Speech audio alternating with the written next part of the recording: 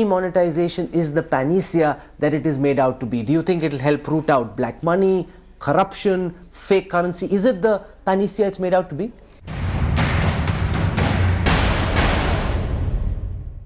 You look at the block of 5 years of the NDA rule, in which you had about 5.5%, a very moderate growth rate. You had moderate inflation, 4.6%.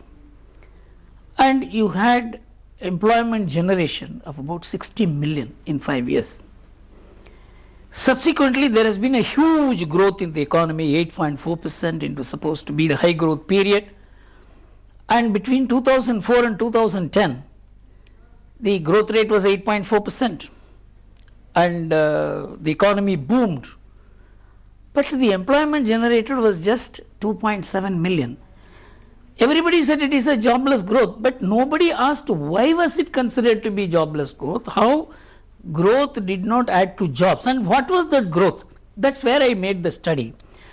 I found that it is asset inflation that translated into growth. There was no much improvement in the money supply. As you look at it, M3 supply as they call it, it was about 15% in the first block of 5 years of the NDA period. But in the next block of 6 years, it was about 18%, nothing much. It was about 2.7% more. That this entire growth was asset inflation led. And so there will be a picture of growth. With the result, all the monies, whether it is black money or good money, was going into only asset creation, asset appreciation, capital gains, high consumption. This is presenting as the growth with no employment, and that more or less has fueled black wealth. Black money is generated by black cash. Black cash fuels black economy, and it has its own velocity of circulation. Unless you withdraw the black cash, you cannot bring down the value of black wealth. So that is the step that has been taken. Now we're seeing a big drive towards less cash economy, towards digital transactions, towards UPI interface, for example. A lot of the banks were not ready with UPI.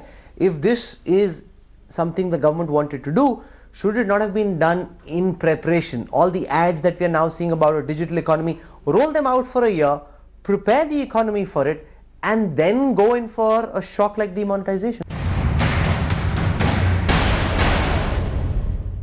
But the fact remains, in a country like India, nothing easily happens by persuasion unless there is a pressure to do. Demonetization is a way of creating that pressure to change over. Otherwise it will not happen. For example, hereafter you will see a huge jump in these digital payments and banking transactions, which would not happen by mere advertisements and persuasion. Everybody will try to evade tax, and if money does not come into the banking system, that alone is the success of demonetization. I don't agree. That if the money comes into the banking system and the government can monitor it and fix responsibility, that is the most important part, as compared to so huge money circulating and roaming outside without accountability. That is the philosophy of demonetization, that you bring everything to account. From then onwards, you try to see things are accountable or accounted. Otherwise, how to account for this cash roaming outside? No, but you see, sir, the India Today group has carried a series of investigative stories called the Cash Mafia Jugaad Mechanics. We've carried 8 parts of our investigation so far, different people finding ingenious ways of turning black money into white. So that's the argument that Amartya Sen makes. It is bound to happen. Because of that, you want to keep the cash money doing its awful work. That is not an answer. That's not the argument. The question that Amartya Sen asks is, those who are the crooks are finding ways of converting black money into white. The people who have no black money, have very basic money, are the ones who are standing in queue. The crooks are not standing in queue. I think you are now juxtaposing two positions which should not be juxtaposed. The idea is not to make these people suffer. The idea is to set right the economy, to set right the distortion in the economy which has been taking place from 2004. It is not only black money. It is black economy which is generated by black cash, which is shifting even the organized money into financial sector, which I told you. Are the crooks suffering, you think? You see, if they find ways of converting black into white, how are crooks suffering? The crooks will suffer provided the government takes action. If 14.5 lakh crores has come, who has deposited, how it has come, then you must say the government should take action and punish those people. That is the right thing to do. That because the crooks will somehow escape, we should not do this is not an argument. Are you satisfied with the rollout and the execution of demonetization, or do you think that it could have been done better? You see, it is very easy to say in a huge program project like this, post facto, that this should have been done, that should have been done. If it could have been a matter of wider consultation with the 20, 30, 40, 50 people, most of these problems could have been addressed. But if it had been done, what would have been the consequence also, you know? The very secrecy of the operation that was needed to be maintained made it impossible to address many of the issues which would have come if there had been a wider consultation. So, to say that now there is a wider consultation, everybody is saying this should have been done, that should have been done, it was not possible to do it ahead of the scheme. But it shows that it wasn't thought through hard enough.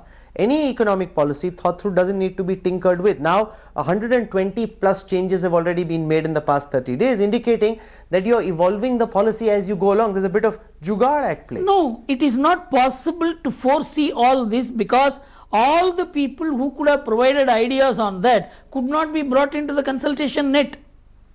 Necessarily, this has to be a trial and error model. And I would be compassionate to the government for this reason, that once you have taken a principled decision that all the unaccounted cash must be brought to account, every contraction in the economy, which is deliberately brought about, is for a jump. Otherwise, you know, the contraction, when it occurs on its own, it's a crisis. How long do you think the contraction will last? What kind of a jump do you see? You see, actually, if if the system is able to put in 10 to 12 lakh crores, according to me, about 10 lakh crores will be the ideal amount of cash to be in circulation for driving the economy, about 12% of the GDP. Our GDP will be about 150 lakh crores this year. 8% will be about 12 lakh crores. I think if that kind of money can be put into circulation by January, the economy should normally come back to rails in January. This is my assessment. You think by the end of January the situation will start coming back? Yeah, down? Cash economy, but the economy will start, because this cash will have to move and begin, you know, its velocity will have to keep going, you know. That will take about February or March. How much do you think the Indian growth rate will be at the end of this year? You see, it is very difficult to say, but this 2% or 1% or 0.5%, all these are only guesstimations. We will not be able. According to me, even a fall in the growth rate is nothing, unless the growth rate is producing employment, and employment is going down. You are not producing employment today. But what's the guarantee after demonetization that the growth that happens will be a growth that creates jobs as opposed to a job? I tell you, today, I have analyzed at least one sector, the real estate sector.